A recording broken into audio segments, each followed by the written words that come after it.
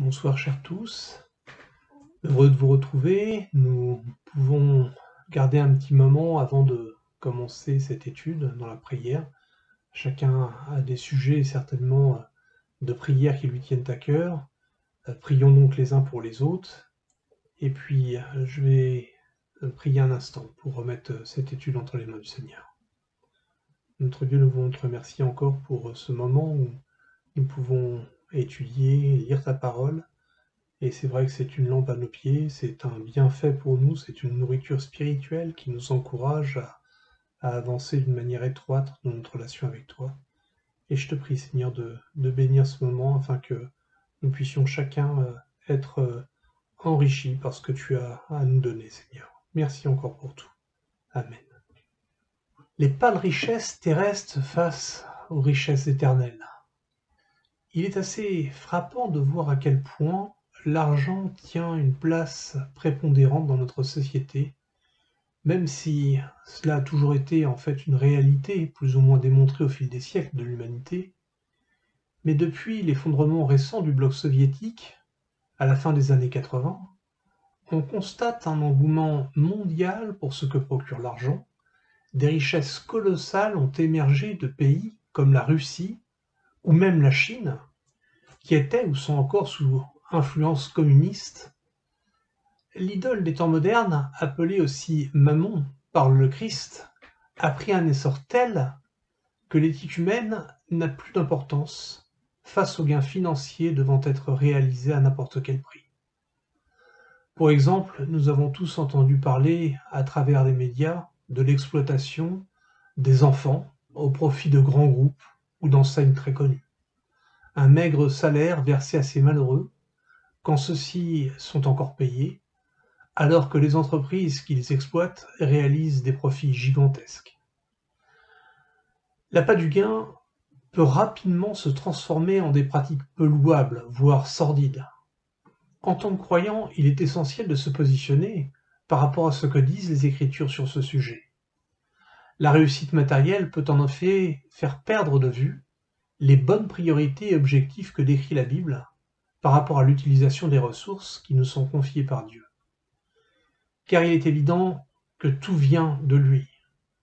Mais revenons un instant sur ce que dit le Christ à ses disciples à propos des richesses terrestres. Nous lisons ceci dans Luc, chapitre 6, versets 19 à 24. « Ne vous amassez pas des trésors sur la terre, où la teigne et la rouille détruisent et où les voleurs percent et dérobent. Mais amassez-vous des trésors dans le ciel, où la teigne et la rouille ne détruisent pas, point, et les voleurs ne percent ni ne dérobent. Car là où est ton trésor, là aussi sera ton cœur. L'œil est la lampe du corps. Si ton œil est en bon état, tout ton corps sera éclairé. Mais si ton œil est en mauvais état, tout ton corps sera dans les ténèbres. Si donc la lumière qui est en toi est ténèbres, combien seront grandes ces ténèbres? Nul ne peut servir de maître, car ou il haïra l'un et aimera l'autre, ou il s'attachera à l'un et méprisera l'autre. Vous ne pouvez servir Dieu et Mammon. Autrement dit, si les richesses terrestres prennent la première place dans notre cœur, ce n'est plus Dieu qui devrait légitimement la détenir, mais bien le Dieu de ce siècle, appelé aussi Mammon. Et si la priorité n'est plus centrée sur Dieu mais sur l'argent, il apparaît clairement que la vision spirituelle s'en trouve affectée. Celle-ci n'étant plus centrée sur les trésors célestes, mais sur ceux éphémères de cette terre. La lampe du corps, qui est décrite comme l'œil du discernement, devient alors ténèbres. Cette explication est parfaitement logique et très bien mise en évidence par notre Seigneur dans cette parabole. Combien de tristes exemples pourrions-nous citer autour de nous, d'individus n'ayant comme objectif que d'amasser toujours plus. Ces gains qui ne produiront qu'un leurre du bonheur éphémère ne durera que quelques années ou dizaines d'années tout au plus. Mais qu'est-ce que cela au regard de l'éternité? Prenons un texte dans l'évangile de Luc où Christ, s'adressant à un homme qui cherche à récupérer son héritage auprès de son frère, l'interpelle au sujet de ses biens temporels qui peuvent être enlevés à tout moment. Lisons donc Luc, chapitre 12, versets 13 à 21.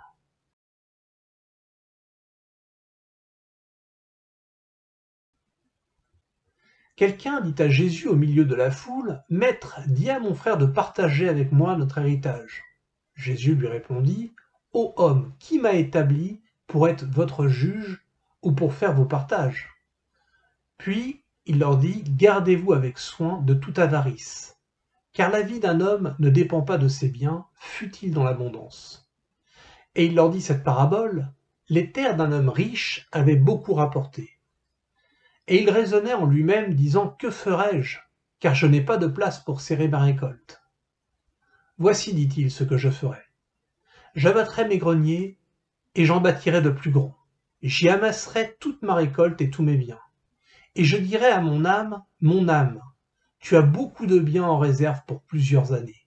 Repose-toi, mange, bois, réjouis-toi. » Mais Dieu lui dit, « Insensé, cette nuit même, ton âme te sera redemandée.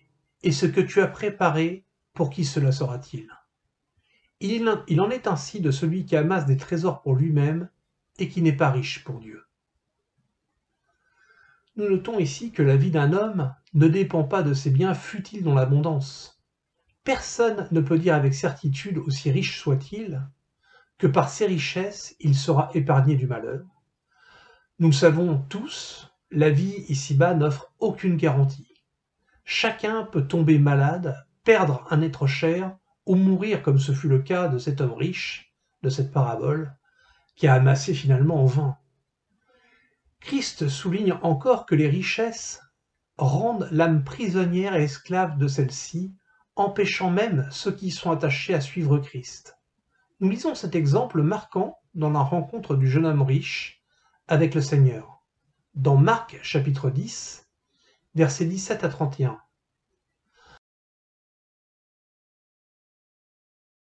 Comme Jésus se mettait en chemin, un homme accourut, se jetant à genoux devant lui dit, « Bon maître, » lui demanda-t-il, « que dois-je faire pour hériter la vie éternelle ?»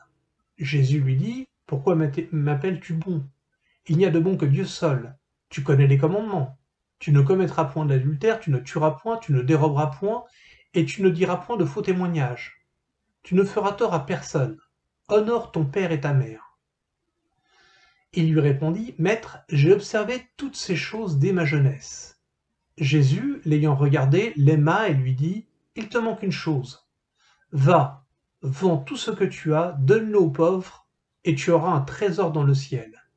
Puis viens et suis-moi. » Mais affligé de cette parole, cet homme s'en alla tout triste, car il avait de grands biens. Jésus, regardant autour de lui, dit à ses disciples qu'il sera difficile à ceux qui ont des richesses d'entrer dans le royaume de Dieu. Les disciples furent étonnés de ce que Jésus parlait ainsi. Et reprenant, il leur dit, « Mes enfants, qu'il est difficile à ceux qui se confient dans les richesses d'entrer dans le royaume de Dieu. Il est plus facile à un chameau de passer par le trou d'une aiguille qu'à un riche d'entrer dans le royaume de Dieu. » Les disciples furent encore plus étonnés et se dirent les uns aux autres, « Et qui peut être sauvé ?» Jésus les regarda et dit, « Cela est impossible aux hommes, mais non à Dieu, car tout est possible à Dieu. » Pierre se mit à lui dire, « Voici, nous avons tout quitté, et nous t'avons suivi. » Jésus répondit, « Je vous le dis en vérité, il n'est personne qui, ayant tout quitté à cause de moi, et à cause de la bonne nouvelle, sa maison, ou ses frères, ou ses sœurs, ou sa mère, ou son père, ou ses enfants, ou ses terres, ne reçoive au centuple présentement, dans ce siècle-ci, des maisons, des frères, des sœurs, des mères, des enfants et des terres avec des persécutions, et dans le siècle à venir, la vie éternelle. Plusieurs des premiers seront les derniers, et plusieurs des derniers seront les premiers. » Là encore, le Seigneur met l'accent sur la priorité que donnait le jeune homme riche. Il lui était incapable de se séparer de ses biens pour suivre Christ. Ses richesses avaient pris la première place dans sa vie, au point que sa vision spirituelle l'empêchait de voir, et donc de croire, qu'en vendant ses biens temporels, il aurait un trésor inaltérable pour l'éternité, donné par le Fils de Dieu lui-même. Christ nous interpelle également au sujet de l'attitude qui caractérise celle d'un homme riche, ne se préoccupant que de ses richesses. il est bien souvent incapable de compassion ni d'humilité, au point de ne pas venir en aide aux plus démunis. C'est encore là un des aspects qui caractérise celui qui ne se soucie que de ses biens temporels. Tous n'agissent pas ainsi, mais il est à déplorer que c'est le cas de la majorité, cherchant toujours à s'enrichir plus, sans se soucier des plus pauvres. Nous lisons dans Luc, chapitre 16, versets 19 à 31. Il y avait un homme riche qui était vêtu de pourpre et de fin lin, et qui chaque jour menait joyeuse et brillante vie. Un pauvre nommé Lazare était couché à sa porte couvert d'ulcères, et désireux de se rassasier des miettes qui tombaient de la table du riche, et même des chiens venaient encore lécher ses ulcères. Le pauvre mourut et fut porté par les anges dans le sein d'Abraham. Le riche mourut aussi, et il fut enseveli dans le séjour des morts. Il leva les yeux, et tandis qu'il était en proie au tourment, il vit de loin Abraham et Lazare dans son sein. Il s'écria « Père Abraham, aie pitié de moi, et envoie Lazare pour qu'il trempe le bout de son doigt dans l'eau et me rafraîchisse la langue, car je souffre cruellement dans cette flamme. » Abraham répondit « Mon enfant, souviens-toi que tu as eu tes biens pendant ta vie, et que Lazare a eu les maux pendant la sienne. Maintenant il est consolé, et toi tu souffres. D'ailleurs il y a entre nous et vous un grand abîme, afin que ceux qui voudraient passer d'ici vers vous, ou de là vers nous, ne puissent le faire. » Le riche dit « Je te prie donc, père Abraham, d'envoyer Lazare dans la maison de mon père, car j'ai 5 frères. C'est pour qu'il leur atteste ces choses, afin qu'ils ne viennent pas aussi dans ce lieu de tourment. » Abraham répondit « Ils ont Moïse et les prophètes, qui les écoutent. » Et il dit « Non, père Abraham, mais si quelqu'un des morts va vers eux, ils se repentiront. » Et Abraham lui dit « S'ils n'écoutent pas Moïse et les prophètes, ils ne se laisseront pas persuader quand même quelqu'un des morts ressusciterait. » Cette parabole, une fois de plus, nous démontre à quel point les richesses de cet homme ont altéré son jugement et l'ont conduit à la mort sur le plan spirituel. Et malgré son état, étant en proie au tourment, il va s'adresser à Abraham en ces termes pour le moins surprenants. « Père Abraham, aie pitié de moi et envoie Lazare pour qu'il trempe le bout de son doigt dans l'eau et me rafraîchisse la langue, car je souffre cruellement dans cette flamme. » Même après sa mort, ce riche en était toujours à considérer Lazare comme un pauvre sans importance et devant être à son service. Quelle erreur de jugement et quel manque d'humilité qui caractérise là l'homme riche. Les richesses, ou plutôt l'amour de l'argent, nous l'avons vu, aveugle et ôte bien souvent le discernement indispensable qui permet d'agir pour la cause du bien. Au début de l'Église primitive, les Actes des Apôtres nous relatent un exemple qui caractérise cette attitude au point de mentir au Saint-Esprit. Nous lisons Actes chapitre 5, les versets 1 à 11. Mais un homme, nommé Ananias avec Saphira sa femme, vendit une propriété et retint une partie du prix. Sa femme le sachant, puis il apporta le reste et le déposa aux pieds des apôtres. Pierre lui dit « Ananias, pourquoi Satan a-t-il rempli ton cœur au point que tu mentes au Saint-Esprit et que tu aies retenu une partie du prix du champ? S'il n'eût pas été vendu, ne te restait-il pas? Et après qu'il a été vendu, le prix n'était-il pas à ta disposition? Comment as-tu pu mettre en ton cœur un pareil dessein? Ce n'est pas à des hommes que tu as menti, mais à Dieu. » Ananias, entendant ces paroles, tomba et expira. Une grande crainte saisit tous les auditeurs. Les jeunes gens s'étant levés, l'enveloppèrent, l'emportèrent et l'ensevelirent. Environ 3 heures plus tard, sa femme entra, sans savoir ce qui était arrivé.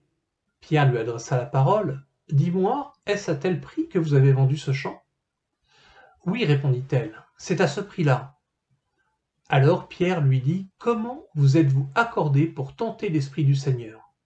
Voici, ceux qui ont enseveli ton mari sont à la porte, et ils t'emporteront. » Au même instant, elle tomba aux pieds de l'apôtre et expira. Les jeunes gens étant entrés, la trouvèrent morte. Ils l'emportèrent et l'ensevelirent auprès de son mari. Une grande crainte s'empara de toute l'assemblée et de tous ceux qui apprirent ces choses. Pourquoi mentir à Dieu au sujet de cet argent? Comme le souligne Pierre, s'il n'eût pas été vendu, ne te restait-il pas? Autrement dit, plutôt que de tenter d'agir de façon fallacieuse, il aurait mieux valu pour Ananias et Saphira garder leur champ que de s'engager dans la voie pervertie du mensonge et de la compromission. Si Dieu, sous l'Ancienne Alliance, a béni son peuple par des richesses matérielles très importantes, après lui avoir donné en héritage le pays de Canaan, il le met cependant en garde sur le risque que ces richesses ne l'éloignent de lui. L'attachement aux biens matériels peut engendrer cette impression de puissance, au point d'oublier sa relation étroite avec son Dieu.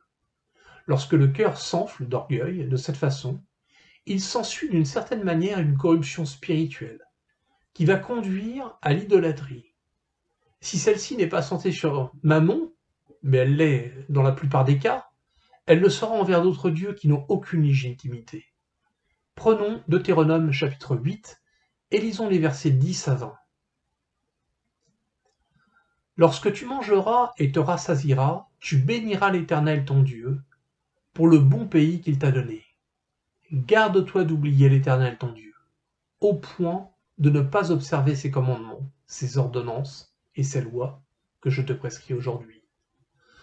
Lorsque tu mangeras et te rassasieras, lorsque tu bâtiras et habiteras de belles maisons, lorsque tu verras multiplier ton gros et ton menu bétail,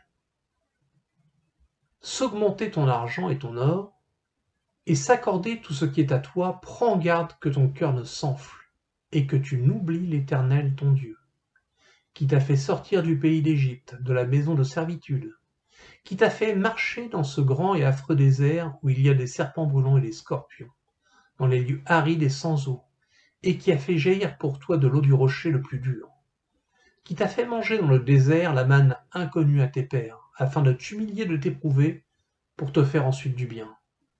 Garde-toi de dire en ton cœur, ma force et la puissance de ma main m'ont acquis ces richesses. Souviens-toi de l'Éternel ton Dieu, car c'est lui qui te donnera la force pour les acquérir, afin de confirmer, comme il l'a fait aujourd'hui, son alliance qu'il a jurée à tes pères.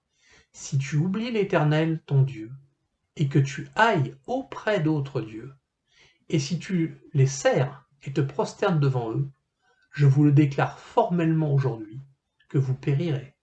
Vous périrez comme les nations que l'Éternel fait périr devant vous, parce que vous n'aurez point écouté la voix de votre Dieu. L'avertissement aux Hébreux était très clair et sans ambiguïté. Garde-toi de dire en ton cœur, ma force et la puissance de ma main m'ont acquis ces richesses. Il y a là un lien très similaire avec les textes que nous avons lus dans les évangiles précédemment, au sujet de l'orgueil que peuvent procurer les richesses, ainsi que l'homme qui avait abattu ses greniers pour en construire de plus grands, pensant être à l'abri de tout, y compris même peut-être de la mort, quel aveuglement poussé par l'orgueil. Dans l'épître de Timothée, l'apôtre Paul aussi exhorte celui-ci à avertir les riches de son temps, à se préserver de l'orgueil que procure la puissance de l'argent. Nous lisons dans 1 Timothée, chapitre 6, verset 17, « Recommande aux riches du présent siècle de ne pas être orgueilleux, et de ne pas mettre leur espérance dans des richesses incertaines, mais de la mettre en Dieu, qui nous donne avec abondance toutes choses pour que nous en jouissions. » Et Paul, quelques versets auparavant, souligne un autre fait intéressant au sujet de l'argent. Il dit en 1 Timothée, chapitre 6, verset 10, « Car l'amour de l'argent est une racine de tous les maux, et quelques-uns en étant possédés se sont égarés loin de la foi, et se sont jetés eux-mêmes dans bien des tourments. » Si les richesses peuvent être une source de maux, comme le dit Paul, cela ne veut pas pour autant dire qu'un chrétien ne peut pas être riche. Cependant, ses priorités ne seront plus centrées sur sa propre personne, mais au service de Christ. Cela va à l'encontre d'un évangile de la prospérité qui n'est certainement pas celui de la parole de Dieu, qui appelle ses enfants à vivre dans l'humilité, en vue de richesses bien plus importantes et éternelles. L'exemple de Zachée dans le chapitre 19 de Luc est là pour nous le rappeler. Ce chef des publicains était un homme riche. Et dès lors qu'il a rencontré Jésus, ses priorités ont changé. Il ne pensait plus à lui-même, mais à ceux qui étaient dans le besoin. Je cite Luc chapitre 19, verset 8. « Voici, Seigneur, je donne aux pauvres la moitié de mes biens, et si j'ai fait tort de quelque chose à quelqu'un, je lui rends le quadruple. » Quel contraste encore avec l'homme riche qui voulait toujours plus pour lui-même. Et je recite encore une fois Luc 12, versets 18 à 19. « Voici, dit-il, ce que je ferai, j'abattrai mes greniers, j'en bâtirai de plus grands, j'y amasserai toute ma récolte et tous mes biens, et je dirai, mon âme, tu as beaucoup de biens en réserve pour plusieurs années. Repose-toi, mange, bois et réjouis-toi. » Une attitude égoïste, centrée uniquement sur lui-même. En ce qui nous concerne, ayant à l'esprit que les richesses terrestres, pour le confort de soi-même, ne sont qu'un leurre, une sorte de mirage qui n'apparaît qu'une fraction de seconde face à l'éternité, nous avons une autre perspective, bien plus riche et plus glorieuse que tout ce que nous pouvons imaginer. C'est essentiel de nous rappeler régulièrement de quel type de richesse nous allons hériter. Elles sont un encouragement pour nous. Tout d'abord, d'être épargnés de la seconde mort et de ne pas connaître les ténèbres. Nous lisons dans Colossiens, chapitre 1, versets 12 à 14, « Rendez grâce au Père qui vous a rendu capable d'avoir part à l'héritage des saints dans la lumière, qui nous a délivrés de la puissance des ténèbres et nous a transportés dans le royaume du Fils de son amour, en qui nous avons la rédemption, la rémission des péchés. » Réalisons-nous ce que signifient ces deux versets. Capable d'avoir part à l'héritage des saints, dans la lumière, qui nous a délivrés de la puissance des ténèbres et nous a transportés dans le royaume du Fils de son amour, en qui nous avons la rédemption, la rémission des péchés. Nous lisons également dans 1 Pierre chapitre 1, versets 3 à 5. « Béni soit Dieu, le Père de notre Seigneur Jésus-Christ, qu'il, selon sa grande miséricorde, nous a régénérés pour une espérance vivante par la résurrection de Jésus-Christ d'entre les morts, pour un héritage qui ne se peut ni corrompre, ni souiller, ni flétrir, lequel vous est réservé dans les cieux, à vous qui, par la puissance de Dieu, êtes gardés par la foi, pour le salut prêt à être révélé dans les derniers temps. » L'héritage qui nous est promis et réservé est inaltérable. On ne s'en lassera jamais, car nous serons alors pleinement remplis de l'amour de Christ. C'est une félicité, une paix, une joie éternelle. Nous serons alors comblés. Prenons quelques passages qui nous rappellent ces réalités à venir et le soin que notre Seigneur prend pour nous les accorder. Dans Apocalypse, chapitre 2, verset 17, « Que celui qui a des oreilles entende ce que l'Esprit dit aux églises. À celui qui vaincra, je donnerai de la manne cachée, je lui donnerai un caillou blanc, et sur ce caillou est écrit un nom nouveau que personne ne connaît si ce n'est celui qui le reçoit. » Voilà une attention particulière qui est la marque d'une relation intime entre le Seigneur et celui qui reçoit en main propre cette récompense qui lui est destinée. À la fin d'Apocalypse, nous lisons au chapitre 21, versets 1 à 7, « Puis je vis un nouveau ciel, une nouvelle terre, car le premier ciel et la première terre avaient disparu et la mer n'était plus. Et je vis descendre du ciel d'auprès de Dieu la ville sainte, la nouvelle Jérusalem, préparée comme une épouse, qui s'est préparée pour son époux. Et j'entendis d'une trône une voix forte qui disait, « Voici le tabernacle de Dieu avec les hommes. Il habitera avec eux, ils seront son peuple, et Dieu lui-même sera avec eux. Il essuiera toute larme de leurs yeux, et la mort ne sera plus. Il n'y a plus ni deuil, ni douleur, ni cri, car les premières choses ont disparu. Et celui qui était assis sur le trône dit, « Voici, je fais toutes choses nouvelles. » Et il dit, « Écris ces paroles sont certaines et véritables, car ces paroles sont certaines et véritables. » Et il me dit, « C'est fait. Je suis l'alpha et l'oméga, le commencement et la fin. À celui qui a soif, je donnerai de la source de l'eau de la vie gratuitement. Celui qui vaincra héritera ces choses. Je serai son Dieu et il sera mon fils. Le mot souffrance n'aura plus son existence auprès de Dieu.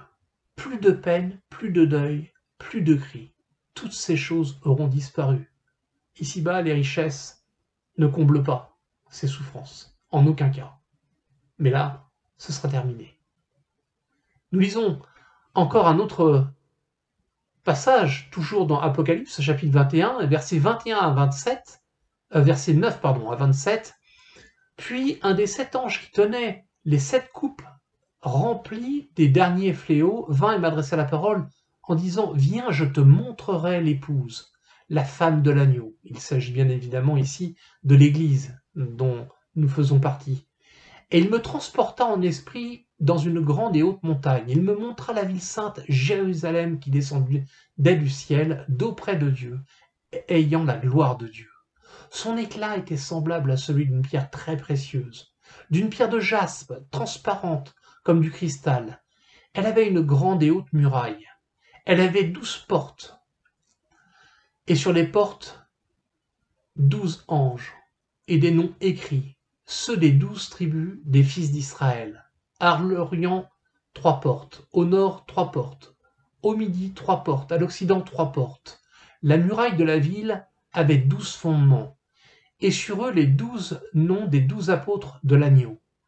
Celui qui me parlait avait pour mesure un roseau d'or, afin de mesurer la ville, ses portes et sa muraille. La ville avait la forme d'un carré, et sa longueur était égale à sa largeur. Il mesura la ville avec le roseau, et trouva 12 000 stades. La longueur, la largeur, la hauteur étaient égales. Il mesura la muraille, et trouva 144 coudées, mesure d'homme, qui était celle de l'ange. La muraille était construite en jaspe, et la ville était d'or pur, semblable à du verre pur. Les fondements de la muraille de la ville étaient ornés de pierres précieuses de toute espèce. Le premier fondement était de jaspe, le second de saphir, le troisième de calcédoine, le quatrième d'émeraude, le cinquième de sardonyx, le sixième de sardoine, le septième de chrysolite, le huitième de béryl, le neuvième de topaze, le 10e de chrysoprase, le 11e d'hyacinthe, le 12e d'améthyste. Les 12 portes étaient 12 perles. Chaque porte était d'une seule perle. La place de la ville était d'or pur, comme du verre transparent. Je ne vis point de temple dans la ville, car le Seigneur Dieu Tout-Puissant est son temple ainsi que l'agneau. La ville n'a besoin ni du soleil ni de la lune pour l'éclairer, car la gloire de Dieu l'éclaire et l'agneau est son flambeau. Les nations marcheront à sa lumière et les rois de la terre y apporteront leur gloire. Ses portes ne se fermeront point le jour, car il n'y aura point de nuit. On y apportera la gloire et l'honneur des nations. Il n'entrera chez elles rien de souillé, et personne qui se livre à l'abomination et au mensonge. Il n'entrera que ceux qui sont écrits dans le livre de vie de l'agneau. Voilà, les richesses qui nous attendent, elles sont difficiles dans l'imaginaire de notre esprit, très terrestre malheureusement, mais on voit qu'il y a là quelque chose d'absolument extraordinaire, que nous puissions être encouragés par ces richesses qui nous sont données en héritage par notre Seigneur Jésus-Christ. Que Dieu bénisse sa parole. Amen.